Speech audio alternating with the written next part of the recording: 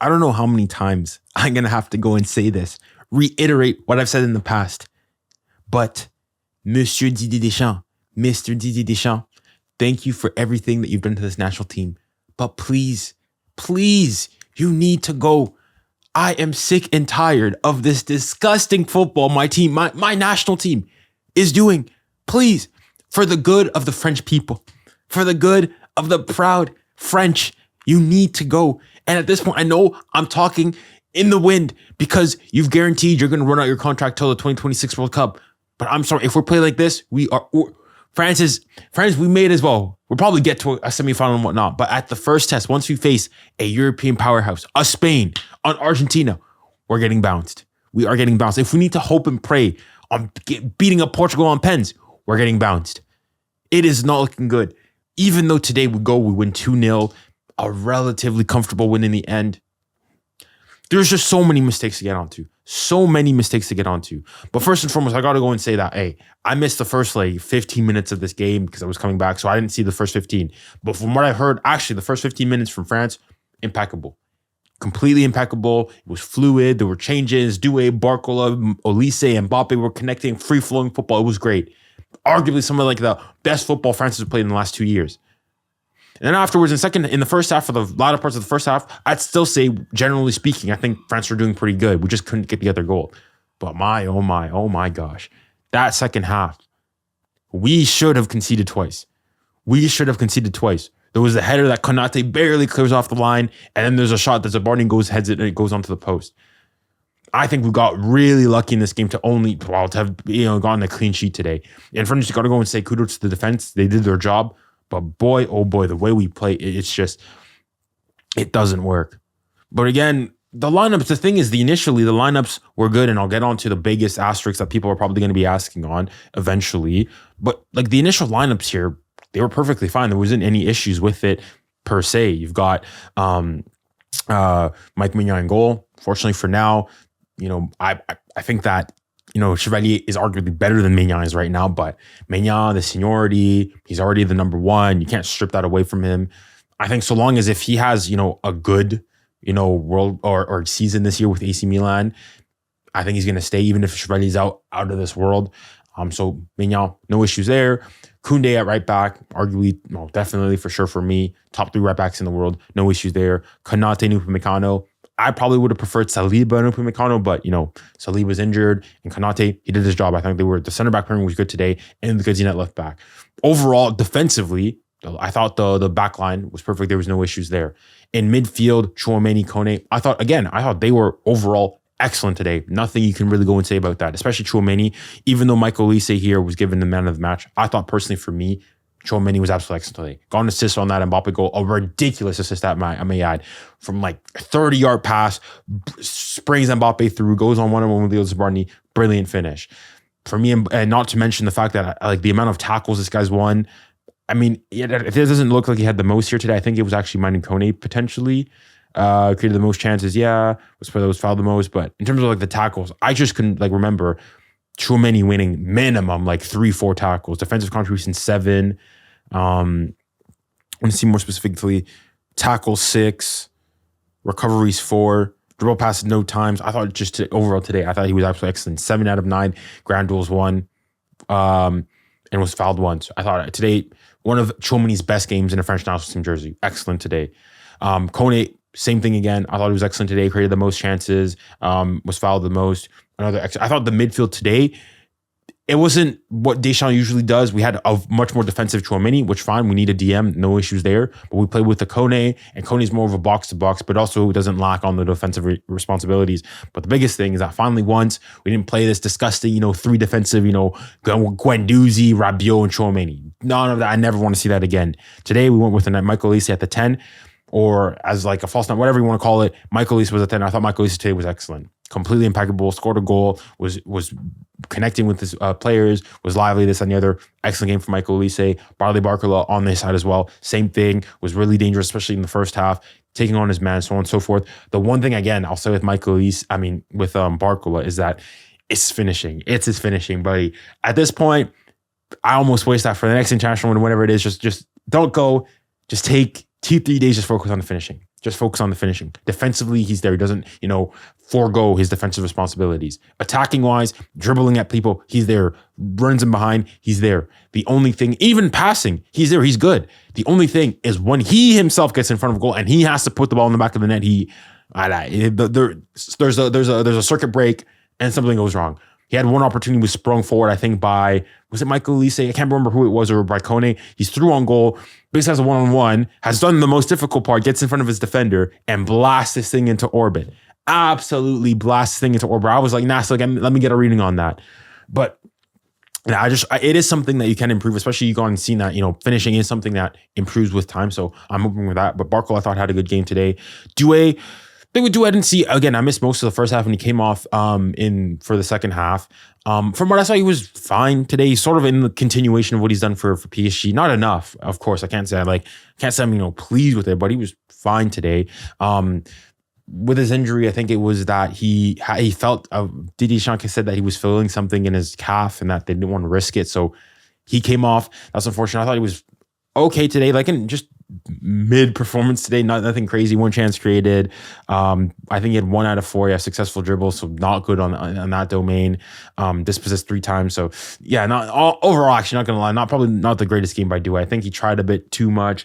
With calling the ball a couple of times. He had one opportunity where he was fed the ball by Kone and did well to sub his defender, and his shot was blocked, but not the greatest performance by 𝙀𝙀.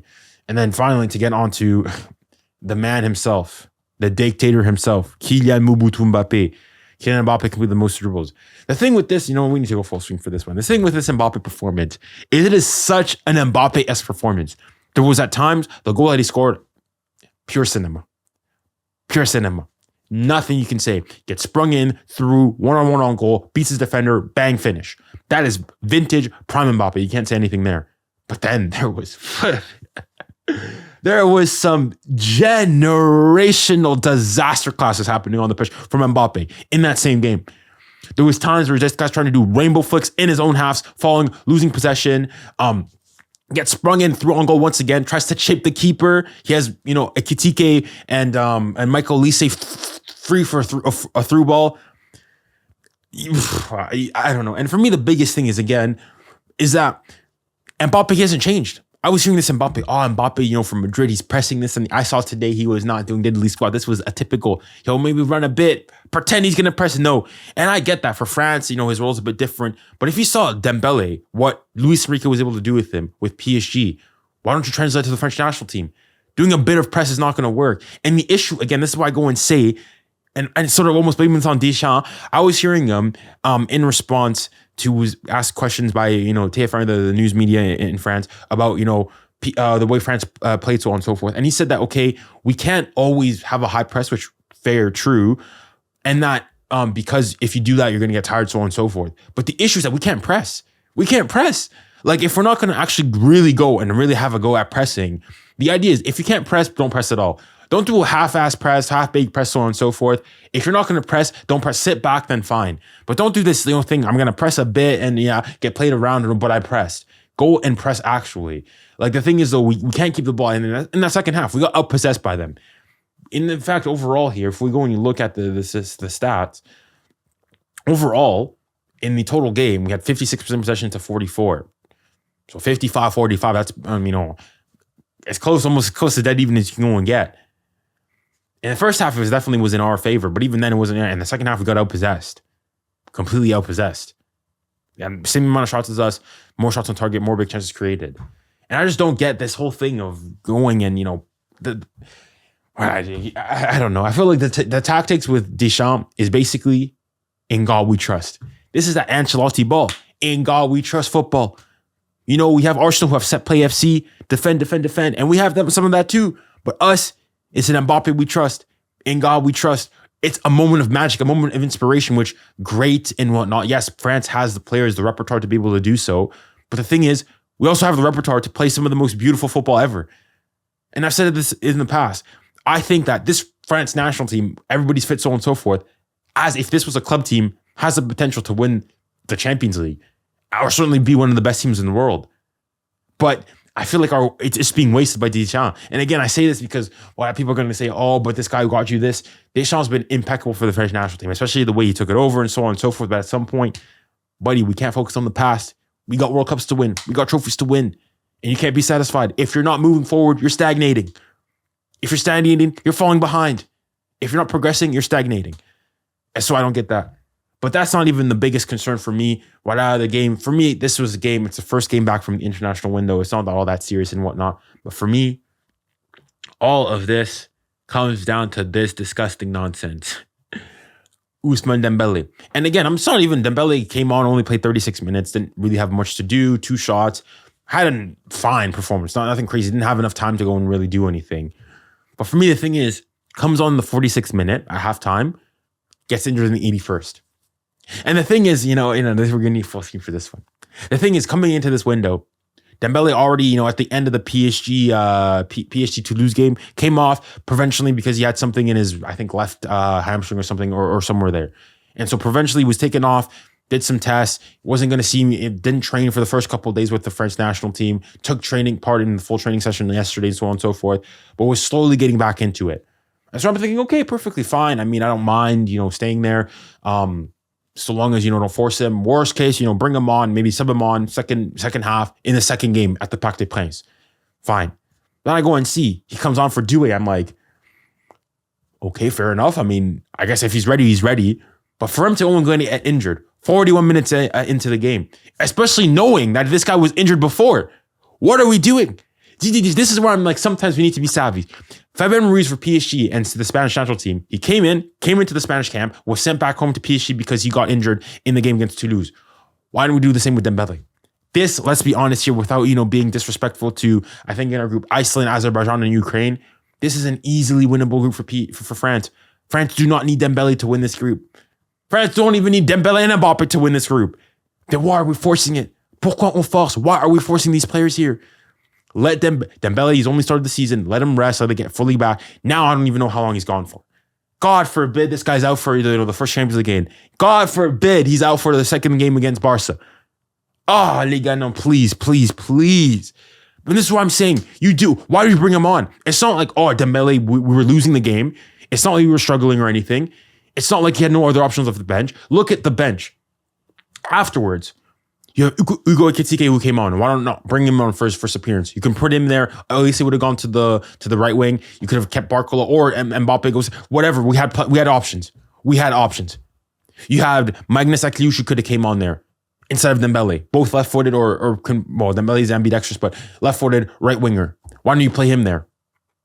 Why did we force putting Dembele there? In a game you're already winning, you're controlling the game, no need to force anything. And now, who knows how long he's out for. And I blame this one on Didier Deschamps and the French medical team. Sometimes just be savvy. If he gone and played in the second leg game, okay, fine. I wasn't expecting Dembele to play today. I thought he's coming back from injury. He's maybe going to stay on the bench. Maybe for the last 5-10 minutes, you bring him on, to try something. But there's no reason. You're winning the game. You were comfortable. There's no reason for you to go and push so on and so forth, etc., so on and so forth. But why did you force it? There's no reason. And now, I just hope he's not injured.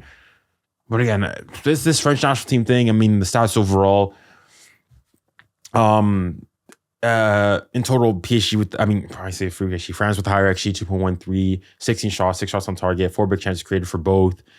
As in, statistically, we had the more chances, and you'll see the scoreline. It seems pretty comfortable, but the way we play, we play against Spain, we're getting smacked. Play against Portugal, we're getting smacked. Let's be honest. Even in England, that's a tough game.